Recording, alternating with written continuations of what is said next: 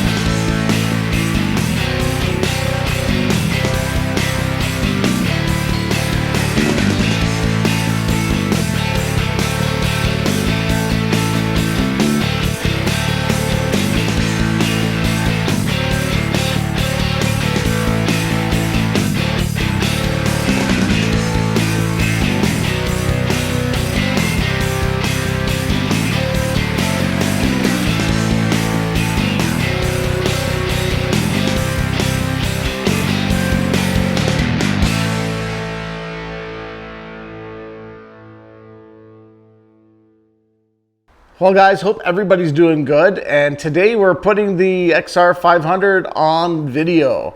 We're going to do a little bit of a walk around on the XR 500 and do a pre-ride inspection. Now this pre-ride inspection is a generic inspection, and it's good for all types of ATVs. This is kind of the basic rule of thumb what you should follow before you load her up on the truck and head down to the trails and kick some dust, play in some mud, and just have a good time. But anyway guys, yeah, so this is kind of what the video is going to be about today. It's just going to be basically tip to tail, chassis to fuel, the whole procedure on how we should go about looking after our ATV. Once we do our pre-ride inspection, anything that we need to adjust, fill up, or make changes to in basic repairs, we can do from the comforts of our garage and in the safety and comfort of home. So with that, the lesson basically today is going to be a little bit about the pre-ride inspection and the procedure. And it's basically, if you take an accredited course like the Canada Safety Council course, they have an acronym for it, and it's called TCLOC. And basically what your pre-ride inspection should include is the tires and wheels, the controls and cables, the lights and electrics, the fuel and oil, and then the drive shaft, suspension, and other components that you have with it. Also, any additional equipment that you're going to put into this. So this is just the machine itself, its mechanical fitness, and making sure you have all the proper fluids and everything is ready to go so you can enjoy your day to the fullest. So with that, we're going to go in and do a little bit of a step-by-step procedure on what that should look like. So without further ado, let's jump on the Argo XR 500 and begin the pre-ride inspection checklist. Well, no checklist is going to be complete without referring to your owner's manual.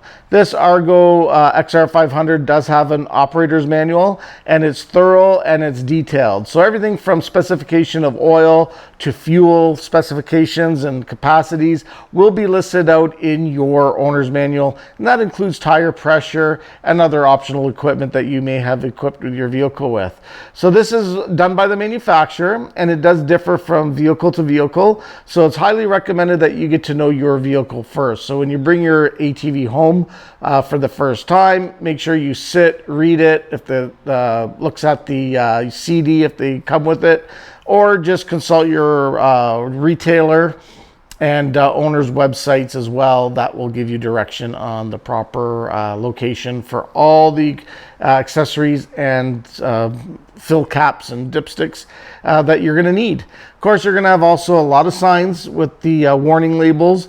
Be sure to heed them. They're there for a reason, for your safety and for your riding enjoyment. So this is your first step. A pre-ride inspection should have the owner's manual in hand while you do this before every ride.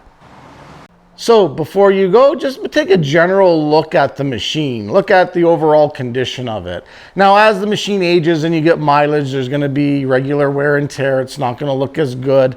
You'll probably notice the plastic start to fade, the rubber start to turn a little bit brittle. It won't look showroom shine unless you're very avid on keeping it that way in an enclosed garage. So basically you want to kind of do a walk around. Now if you're in a garage or it's parked on pavement, look underneath the vehicle as well, and that can tell you if you have any leaky fluids, and then you can do further inspection on there. But anyway, so you want to kind of just give it an overall look.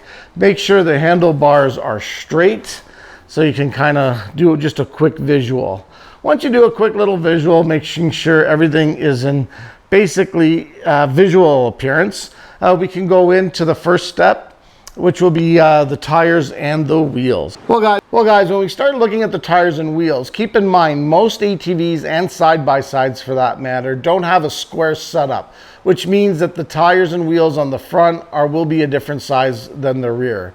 So you want to adjust, you want to make sure that that's the case, and check your owner's manual for further reference. But when you're looking at your tire, you want to make sure that it's in good shape. You're going to start off by the tread to see if there is any unnecessary wear patterns.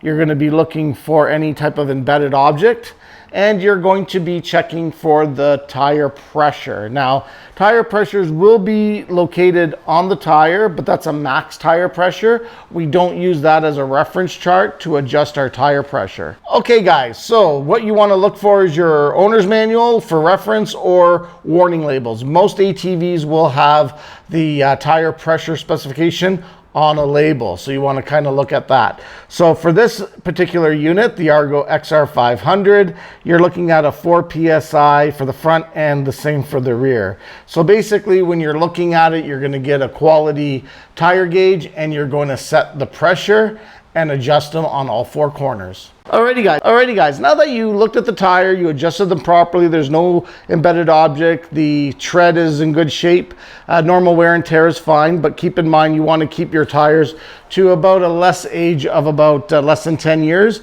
or keep them up to the manufacturer specification, and consult your dealer for when you need to have tires replaced. But moving on from that, we're going to be also looking at the wheel. Now, a lot of ATVs come with some really fancy, nice aluminum wheels. The XR500 is more of a workhorse and gives you these sturdy standard steel wheels, which I kind of prefer on a off-road machine myself. But again, that's a preference thing. But anyway, what you're looking for on anything is any type of damage to the rim. Go right around and make sure that there's no dents or any type of impact to the rim. You also want to get the tire and shake it, making sure that the wheel bearing is good, making sure your caps are on, they're not falling off, and also you want to look at your wheel lug nuts. Okay, you want to make sure that they're tight and that they are all safely secured. If you have a torque wrench, you can give them a snug up to the torque wrench specifications that's spelled out through your dealer. Well guys, now that you're sitting on top of your machine, you're going to be mounting it, and we're going to get familiar with the controls and cables and see that they have proper operation and they're in good shape. Most ATVs have a standardized control switches, so a lot of them will be familiar from manufacturer to manufacturer, with the notable exceptions would be the four-wheel drive location, or if you have an older ATV, it'll be the shift points if you have a manual transmission. But most of these ATVs today are equipped with a CVT, so it's just a throttle control with a transmission that is basically an automatic. So guys, what you want to do is you want to make sure that you have all the controls and cables familiarized by an orientation through your dealer or for reading your owner's manual. And in that case, you're going to go through and you're going to start, doesn't matter if you're starting from left to right or right to left, you basically want to start with some of the controls. Now this one here, this Argo in particular, has two front brake control levers, and that's basically what you're going to check. You're going to release the park brake and you're going to squeeze it. You're going to make sure that it's got really good tension on it and it doesn't go all the way to the handlebar and it operates as such. From there, you're going to lock your park brake. Again, that's specific by the owner's manual in your machine, and you're going to hop off your machine and you're going to physically try to push it and to see that it is locked. So as you can tell, I'm pushing it and it's not going anywhere. So that indicates a well-operated park brake. From there, you can mount back on your machine and you can go over where the lights are, these controls. Now, these lights have a 3-position settings.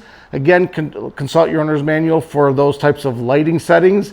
The lights and electric is in a separate section to this, so we won't be checking them just now. We're just checking that the buttons are all there and that they work, okay? Here you have your on-off switch, and you can check it by just making sure your key is on and just give it a quick little burst of power, making sure the starter motor engages. And then you can shut that back off, which kills all your electric, and so you don't run your battery down. And then this little button here, a lot of ATVs have it. That's your reverse override. So if you're driving in reverse or riding in reverse with an ATV, you basically want to push that if you need some extra pulling power and extra speed. But be very careful, making sure you have a lot of riding time before you actually engage that control.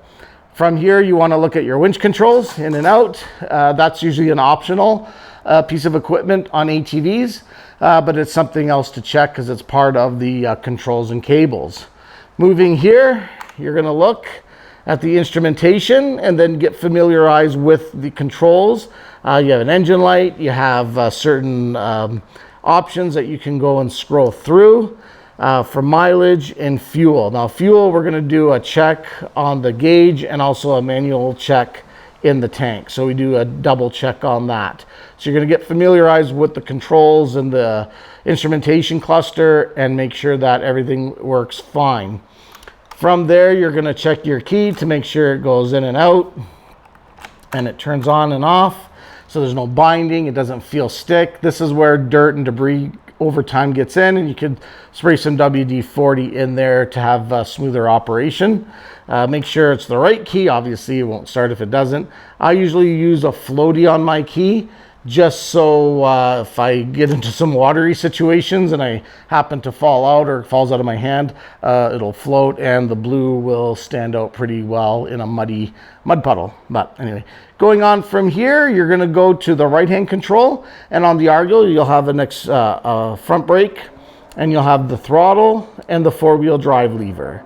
From there, basically you want to check the throttle. You do a full release, half release, and then just a little bit. You want to make sure that it pops back in and it's got a nice fluid motion, so it's not bound. As cables get older and debris gets in there, they kind of have a lot of resistance. It's something you want to keep an eye on. From there, you want to look and making sure that these cables or these controls for the off-road are in operation. Okay, so basically they work. Now this is just checking the performance of it before we go and do our pre-ride. Once we start it up, we'll engage everything, throw the lights on, and that's part of our lights and electrics to make sure that everything is engages. Again, there's no park brake on this side, but you want to feel the brake lever. It should be similar to both sides. And again, you have the window here to check for your brake fluid level. And only open that up if you need to add. They're pretty well a sealed unit. You don't need to go in there for any other reason. If you do check, you may have a brake leak or a leaky wheel cylinder or a brake line that might need attention. So that's basically with the controls and cables.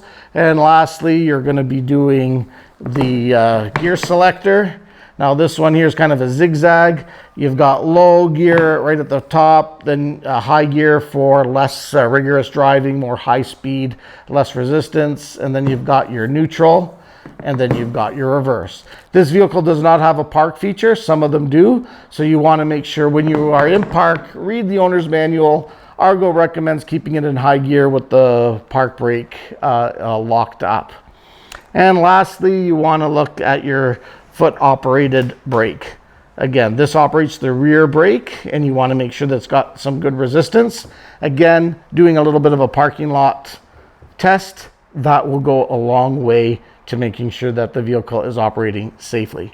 Alrighty guys, moving on to the L and T clock, we're looking at lights and electrics.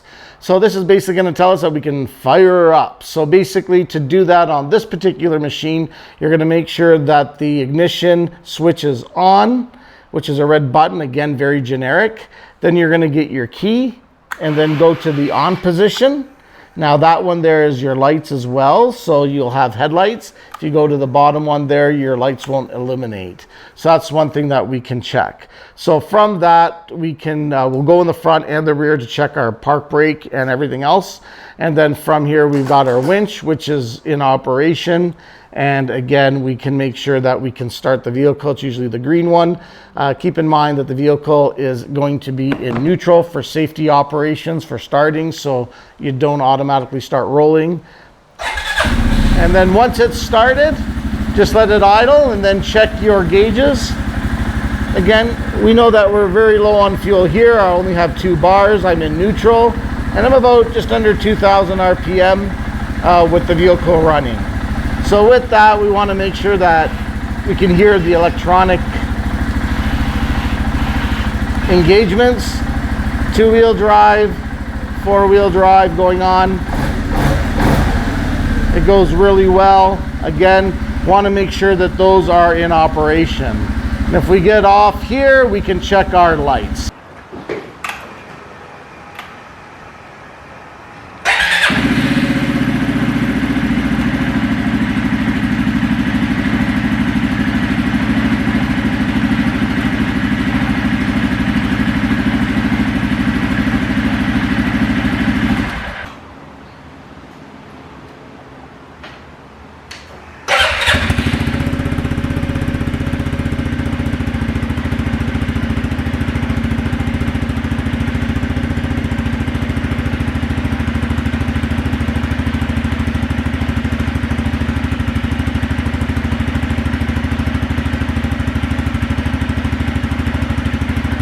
Okay guys, now that the lights and electrics are all checked over, one thing we did check that the winch operation is there, but we didn't do a complete winch operation inspection.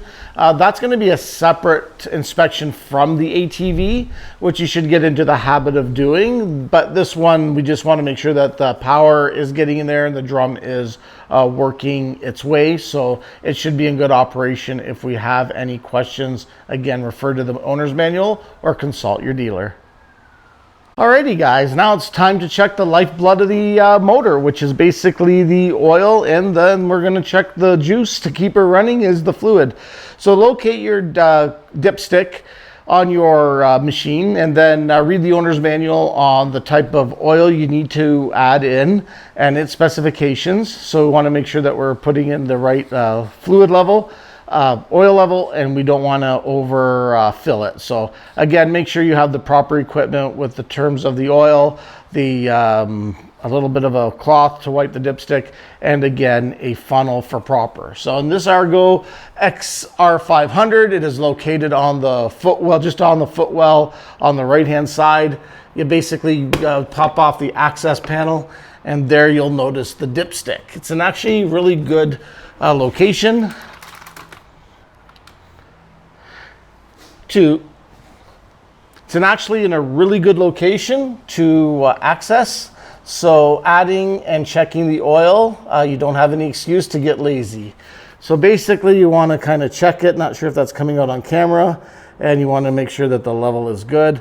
So before you do anything, because I had the vehicle running, you have a lot of splashing on it, you want to clean the dipstick, and then with the Argo, they say to put it in and to tighten it up so it sits properly, and then you untighten it and then take a reading.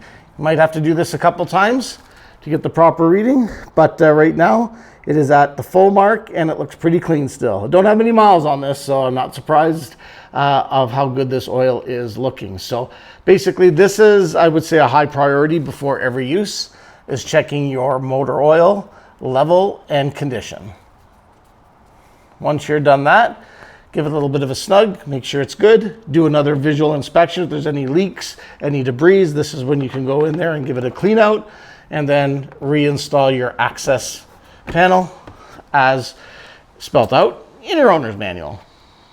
Alrighty guys, now the last one that we're going to be checking on a pre-ride is our fuel. Again, we have 2 bars here, so I wouldn't be taking it too far along the trail, because a hike back might take hours. So we're going to check with the level here, and then we're also going to check with a physical look. Now sometimes you can see it, sometimes you can't. Again, you can put a flashlight in there and check it, but I wouldn't use anything that will you know, cause an ignition. You might have problems with it, and then lock it back. The Argo makes a really good, nice fuel cap for it. Safety note for you: if you are going to be filling it up with fuel, make sure you do it with no ignition source, no smoking, and no vaping, and you're doing it outdoors in the fresh air, and using the correct grade of gasoline as spelled out in your owner's manual.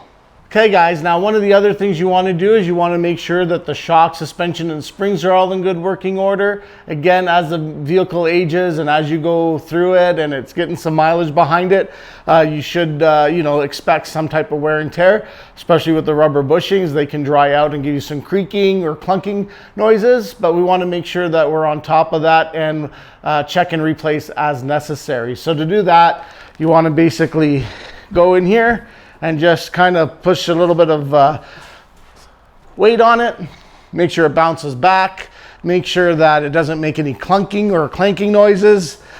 Make sure that each side is in good shape and still operates with the same type of force on there. So once you're done that, we're going to go in and take a look underneath the vehicle to make sure that we do a final sweep of it and to note any changes. Okay guys, with an ATV, you're going to notice drive shafts, and those drive shafts are on all four corners. Some of the older ATVs have a solid axle in the back. Again, keep referring to your owner's manual. We're going to be checking the shock for any leaks, any bends, anything here that's out of place. You want to see any collision, any dents. Some ATVs offer, you know, protection or skid plates. Again, check to see if there's any damage there. For CV joints, now this is a CV joint. Those are their constant velocity. They send power from the engine to the transmission, and then out to the differential to your tires to make it turn. So basically you want to kind of check all the components in there. You want to check to make sure there's no real debris, and you want to just do a visual for no leaks. Again, to do anything a deep dive in it, you have to kind of be a certified mechanic to do. So I would leave that up to your dealer, or if you are, you know, qualified in those areas, then you can take a deeper dive in it. So you're going to check the caliper, any leaking there, any type of you know, seal leak. If you don't see anything leaking at that point, check the tire. You might see splatter marks, and that's an indication of a leaky wheel cylinder, or you might have a brake leak. And again, you might feel that in the operation of the controls at that stage. So basically you're just looking and inspecting for the CV joint. These are rubber. Over time that they crack loose, they'll let water and mud in there, and then the grease runs out, and then you have bearing on metal which will wear and click. So for that, you just want to rub your fingers in to making sure that you don't have any grease or any water on your hands. Now if you just wash the vehicle, you might have that, but you want to do that on all four corners, and to make sure that the vehicle is in good shape. Again, this one is clean. I do keep it up in good shape, and I always regularly clean it and inspect it. So a good visual will go a long way in making sure any problems that I do encounter are small ones before they turn into larger problems. And lastly, we want to check the rear. Again, these CV joints in the back won't have the movement of the steering, so they'll just be up and down for the most part. But you're still going to use the same type of inspection process. You're going to be looking again here at the rear hub assembly, same type of signs and symptoms as the front if they are wearing down. You want to check the exhaust to make sure that there's no debris or anybody in there camping out if you just took it out of storage for the first time. You want to check the receiver hitch, making sure everything is in there, making sure all the warning labels are in good shape, and just give it a general appearance of operation. So basically that's it. If you want to crawl underneath it, do another little bit of a sweep, making sure you didn't miss anything. A little bit of extra care and attention goes a long way. Well, guys, that concludes the pre-ride inspection on the Argo XR 500. Again, it's similar to most ATVs. It's basically the procedure list that you wanted to go over with your specific model. Again, to really dive deep into it, check your owner's manual for better specification and the outline that they recommend, and you'll be great going down the trail. So we're going to be doing a little bit of safe loading and unloading in the next video, and then taking her down on some trails to do some riding and to get her dirty. So guys, thanks for coming along on this adventure, and if you have any questions, comments, put them down in the comment section below, and we'll catch you on the next episode of Cordetti Off-Road. You guys stay loose for now.